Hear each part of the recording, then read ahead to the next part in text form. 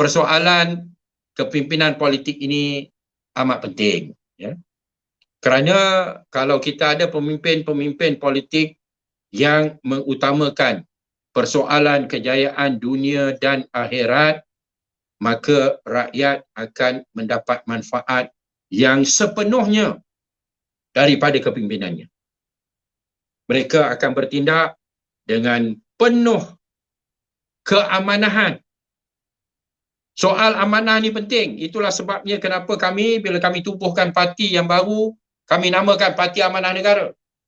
Kerana kami memikirkan bahawa watak ataupun akhlak yang utama yang ingin ditunjulkan oleh Rasulullah sallallahu alaihi wasallam ialah sifat amanah. Ya, kita tahu bahawa sifat yang wajib pada para anbiya, pada Nabi sallallahu alaihi wasallam adalah 4: sidik, amanah, tabligh, fatanah. Yang terutama sehingga digelarkan Rasulullah sallallahu alaihi wasallam sebagai Al-Amin, ya. Inilah yang hilang dalam politik Islam, dalam perjuangan umat Islam, dalam akhlak umat Islam, iaitu sifat amanah.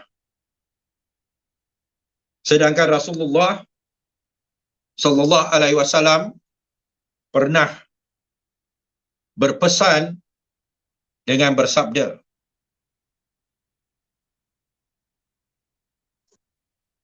la imana liman la amanata lahu.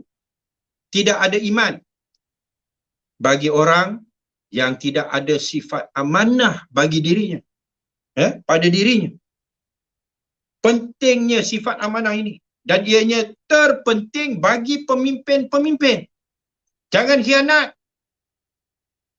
Tempoh hari Perdana Menteri kita ketua golongan pengkhianat. Sekarang ni atas khianat terhadap pengkhianat, maka naiklah Perdana Menteri yang baru. Dan amat mendukacitakan, kita akan adakan sidang parlimen pada hari Isnin yang akan datang, pembukaan resminya, dan pada hari Selasa sidang akan bermula, dan kita difahamkan undi percaya tidak akan diadakan. Sedangkan undi percaya inilah yang akan memberikan keabsahan kepada persoalan sokongan terhadap Perdana Menteri yang baru, Ismail Sabri, yang mana akan mengembalikan keyakinan rakyat dan dunia luar terhadap kerajaan yang baru dibentuk sekarang ini. Paling kurang orang kata, okeylah, ni dah ada sokongan, ya, terbukti dalam parlimen, ya, adanya undi undi percaya, ya.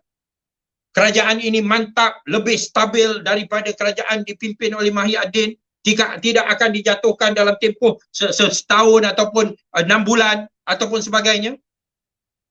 Maka pelabur-pelabur pun akan boleh datang balik dengan penuh rasa keyakinan bahawa kerajaan ini sudah stabil, membantu untuk memulihkan ekonomi negara. Tapi mereka tak sanggup nak lakukan. Kerana apa? Kerana mereka sedar mereka dikelilingi dalam kumpulan mereka oleh golongan-golongan yang saling mengkhianati satu sama lain. Kalau dah yakin dengan sokongan yang ada, iaitu 114 ataupun 115, kerana kita boleh kira lah bahawa kuli akan datang balik untuk menyokong, maka 115 itu, maka apa masalah nak adakan undi percaya itu? Takkan ambil masa sampai lebih daripada tak sampai sejam pun nak kira berapa ramai yang sokong Ismail Sabri sebagai Perdana Menteri. Bangun, kira.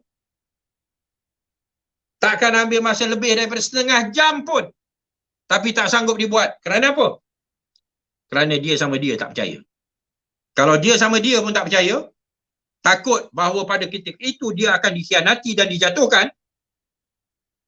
maka bagaimanalah pelabur asing nak percaya? Bagaimanalah rakyat jelata nak percaya? Bagaimanalah dunia luar nak percaya?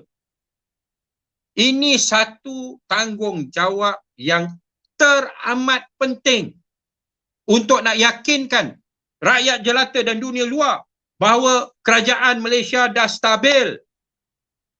Tapi mereka tak sanggup nak lakukan. Kenapa? Takut hilang jawatan. Takut dikhianati. Takut dijatuhkan. Tanpa mengambil kira kepentingan rakyat dan kepentingan negara. Ya, tuan-tuan dan puan-puan, muslimin dan muslimat yang dihormati sekalian, ini merupakan persoalan yang sangat mudah. Tapi malangnya tidak ada perasaan bertanggungjawab dan tidak ada keinginan untuk menyelesaikan masalah yang dihadapi oleh negara dan rakyat, hanya memikirkan tentang jawatan mereka dan kedudukan mereka.